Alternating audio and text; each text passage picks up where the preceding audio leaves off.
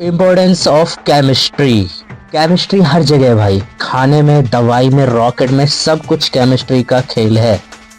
Food की बात करें तो अगर हम कुकिंग कर रहे हैं तो उसमें केमिकल रिएक्शन होता है, जैसे मैदा और ईस्ट से फर्मेंटेशन बनता है।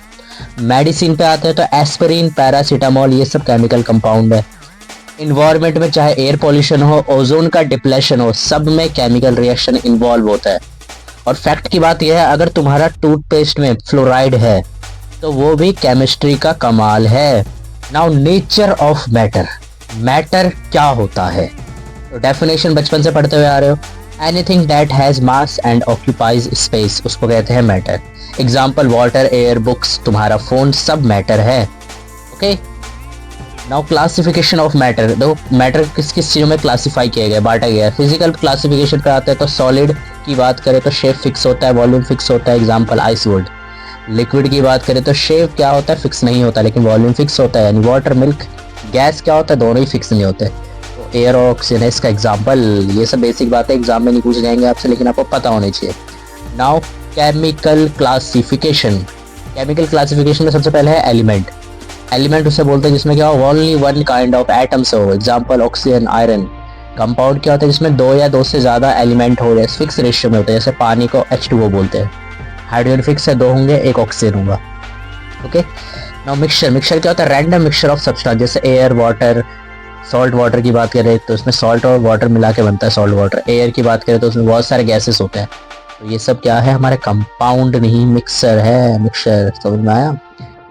बारी है टाइप्स ऑफ मिक्सचर। इसमें है होमोजीनियस। होमोजीनियस क्या होता है, यूनिफॉर्मली मिक्स होता है। जैसे नमक को अगर तुम पानी में डिसॉल्व करते हो तो पूरी तरह घुल जाता है, यानी यूनिफॉर्मली मिक्स हो जाता है, वो होमोजीनियस होता है। हेटेरोजीनियस क्या होता है, विजिबल होता है, सेपरेशन। यानी सैंड इन वाटर, अगर तुम सैंड को वाटर में मिलाओगे तो सैंड विजिबल होता है, हमें दिखाई देता है, वो नीचे डिपॉजिट हो जाता है गिलास के नीचे। Okay, now properties of matter. Properties पढ़ते हैं मैटर के। सबसे पहले physical property, measured without changing composition, जैसे कलर, बॉइलिंग पॉइंट, डेंसिटी, ये सब क्या होता है, फिजिकल प्रॉपर्टी होता है किसी भी मैटर का। केमिकल प्रॉपर्टी में क्या होता है, observed by changing substance identity, मतलब कुछ नया बन जाए, जैसे rusting of iron, burning of petrol, कुछ नया बन रहा है, ये क्या प्रॉपर्टी ऑफ मैटर है। Now laws of chemical combination, ये आते हैं एग्जाम में आपके। सबसे पहला लॉ है कंजर्वेशन ऑफ मास। ये क्या कहता है, मास can nether be created nor be destroyed, यानी कुछ भी नहीं बनेगा नया। जितना मास रिएक्टेंट का होगा उतना ही प्रोडक्ट का होगा। जैसे यहाँ पे एक रिएक्शन है, सोडियम हाइड्रोक्साइड को हमने HCl के साथ मिलाया तो NaCl प्लस H2O बन गया। तो देखो दोनों साइड इक्वल अमाउंट ऑफ क्या है हमारा मास के लिए। मास की बात करें तो रिएक्टेंट में जितना मास है उतना क्या प्रोडक्ट में मास है। तो यही बताता है conservation of mass.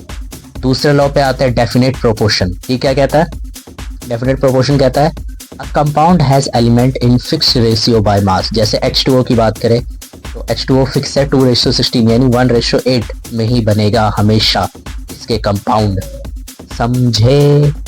Now multiple proportion. ये लॉ क्या कहता है, ये लॉ कहता है when two elements form more than one compound there masses combined in simple ratios. कहने का मतलब है दो अगर एलिमेंट एक से ज्यादा कंपाउंड को बना रहा है तो उनके वजन का जो रेशियो होगा वो सिंपल होगा। जैसे CO, इसमें कार्बन और ऑक्सीजन है, 12:16 हो गया। CO2 की बात करें तो 12 रेशियो क्या 32 हो गया। अब दोनों का रेशियो निकाल लो तो क्या 1:2 हो रहा है, बन गया 1:2। तो इसको कहते हैं मल्टीपल प्रोपोर्शन। समझ में आ रहा है आपको?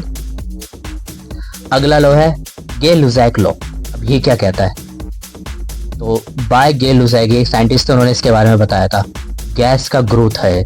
क्या बोलता है भाई ये बोलता है जब गैसेस रिएक्ट करती है तो उनका वॉल्यूम एक सिंपल होल नंबर रेशियो में होता है, सेम टेम्परेचर और प्रेशर पे। जैसे H2 और O2 की बात करें तो H2O देखो दो बार बन गया। तो दो volume of hydrogen will combine with one volume of oxygen to produce 2 volume of water. यही है गैस का group, Gay Lussac law. Now Avogadro law. Avogadro law क्या कहता है, ये भी एक साइंटिस्ट थे एवोगैड्रो, उन्होंने बताया था, मोल मास्टर थे भाई। ये क्या कहते हैं, equal volume of all gases at same temperature and pressure, equal number of molecules. कहने का मतलब है 1 लीटर H2 ले लो या 1 लीटर O2 ले लो, उन दोनों का मॉलिक्यूल्स क्या होगा, सेम होगा, बस प्रेशर और टेम्परेचर एक जैसा होना चाहिए।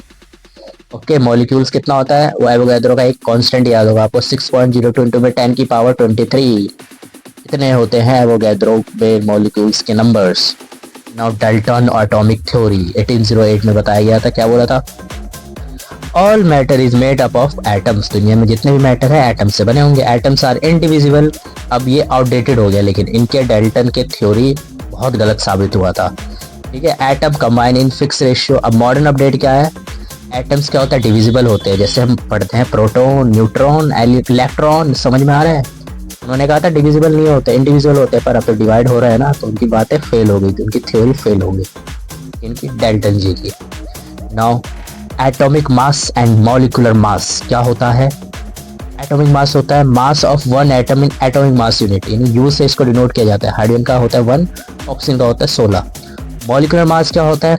सम of atomic mass in a molecule, किसी एक मॉलिक्यूल में कितने एटम्स है सबके मास को जोड़ दो, वही बन जाता है molecular mass. Now the mole concept, बहुत इंपॉर्टेंट टॉपिक है पूरे चैप्टर का। मोल कॉन्सेप्ट में देखो, एवोगैड्रो नंबर को Na से दिखाना है। एक मोल में इतने पार्टिकल्स होते हैं, 6.022 इंटू में 10 की पावर 23 पार्टिकल्स। जैसे एक दर्जन में 12 एटम्स होते हैं, ठीक है, एक दर्जन में 12 केले होते हैं, वही चीज़ें। एक मोल में इतना होता है एटम्स या मॉलिक्यूल। मोलर मास की बात करें, mass of 1 mole of a substance, यानी एक मोल सब्सटेंस का जो मास होता है वही होता है उसका मोलर मास। ओके, एक मोल सब्सटेंस का जो मास होता है उसको क्या कहते हैं? Molar mass. लेकिन ये ग्राम में लेना है। जैसे कार्बन डाइऑक्साइड है, तो इसके मास के सारे एटम के मास को जोड़ा तो 44 आ गए, तो 44 ग्राम पर मोल इसका मोलर मास होता है। ओके, नाउ मोल्स के फॉर्मूले, कौन कौन से फॉर्मूले हैं देख लो भाई। मोल का फॉर्मूला होता है गिवन मास अपॉन में मोलर मास। मोल्स का एक और फॉर्मूला है, अगर पार्टिकल दे दे तो नंबर ऑफ पार्टिकल्स अपॉन में एवोगैड्रो नंबर, वही 6.02 वाला। ठीक है, मोल्स का एक और फॉर्मूला होता है, अगर वॉल्यूम दे रखा है एचटीपी पे तो डिवाइड कर दो उसको 22.4 लीटर से। ये भी मोल्स के 3 फॉर्मूले हो गए आपके, तीनों इंपॉर्टेंट फॉर्मूले हैं। Okay, now percentage composition. जब हम परसेंटेज कॉम्पोजिशन निकालते हैं तो देखो, मास परसेंट हमेशा तब निकालना है जब मास ऑफ एलिमेंट को ऊपर लिखोगे और नीचे मोलर मास ऑफ कंपाउंड रखोगे, इनटू में 100 कर दोगे, इनटू होगा यहाँ पे। ओके, मास परसेंट तब निकलेगा जब एलिमेंट के मास को ऊपर रखोगे, टोटल मास नीचे रखोगे, यानी पूरे कंपाउंड का मास यानी उसका मोलर मास, और इनटू में 100 कर दोगे। इससे क्या आ जाएगा? मास परसेंट किसी भी एलिमेंट का। Now empirical formula and molecular formula. अब ये क्या वाला है भाई? इंपेरिकल फॉर्मूला होता है सिंपल होल नंबर रेशियो, जैसे CH किसके लिए होगा? C6H6 की बात करें तो इसको काट देंगे, 6 से 6 कट जाएगा तो CH बचेगा, तो ये क्या है? इसका सिंपल होल नंबर रेशियो, यही होता है इंपेरिकल फॉर्मूला।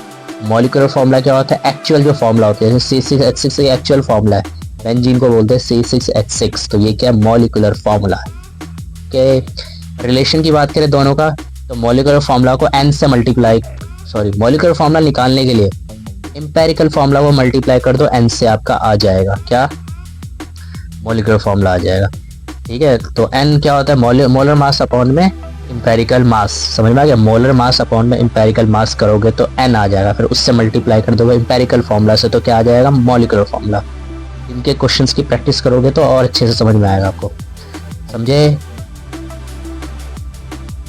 बारी है स्टोइकियोमेट्री एंड लिमिटिंग रिएजेंट। क्या होता है स्टोइकियोमेट्री? क्या होता है? Balancing chemical reaction and mole to mole conversion के लिए हम स्टोइकियोमेट्री का यूज करते हैं। लिमिटिंग रिएजेंट क्या होता है? रिएक्टेंट जो सबसे पहले खत्म हो जाए, जिससे रिएक्शन क्या हो जाए? रुक जाता है, यानी रिएक्टेंट जो सबसे पहले खत्म हो जाए, समझ में आ रहा है? जैसे एग्जांपल दे रखा है 2H2 + O2, यहाँ पे H2 जो है हमारा लिमिटिंग रिएजेंट है। यूज कैसे करना है? Use stoichiometry ratio to check, इससे पता चल जाता है लिमिटिंग रिएजेंट क्या है। जो पहले खत्म हो जाए उसको कहते हैं हम क्या? लिमिटिंग रिएजेंट कहते हैं। ओके, नाउ कंसंट्रेशन टर्म्स है, इसके न्यूमेरिकल्स आते हैं पेपर में। तो मास परसेंट का फॉर्मूला होता है मास ऑफ सॉल्यूट अपॉन में मास ऑफ सॉल्यूशन इनटू में 100। मोलैरिटी होता है मोल्स ऑफ सॉल्यूट अपॉन में वॉल्यूम ऑफ सॉल्यूशन इन, ठीक है, वो भी लीटर में होना चाहिए आपका। मोलैरिटी का फॉर्मूला होता है मोल्स ऑफ सॉल्यूट अपॉन में मास ऑफ सॉल्वेंट, वो भी केजी में होना चाहिए। एक डिफरेंस है मोलैरिटी और मोलैलिटी में। मोलैलिटी हमारा टेम्परेचर डिपेंडेंट होता है, मोलैलिटी टेम्परेचर डिपेंडेंट नहीं होता, ठीक है, ये सिर्फ मास ऑफ सॉल्वेंट पे डिपेंड होता है। मोल फ्रैक्शन की बात करते हैं तो ये होता है formula moles of component upon में टोटल मोल्स, यानी जिसका मोल दे रखा है, यानी जिस कंपाउंड का आपको मोल निकालना है ऊपर लिखो, ठीक है, अपॉन में टोटल मोल लिखो, तो उससे क्या हो जाएगा? मोल फ्रैक्शन निकल आएगा किसी भी एक कंपाउंड का। समझ में आया। तो मिलते हैं अगले वीडियोस में ऐसी इजी वे ऑफ टीचिंग के साथ, देसी तरीके से आपको हर एक चैप्टर को मैं समझाऊंगा ताकि आपको कोई परेशानी ना हो एग्जाम के टाइम। Okay, thank you.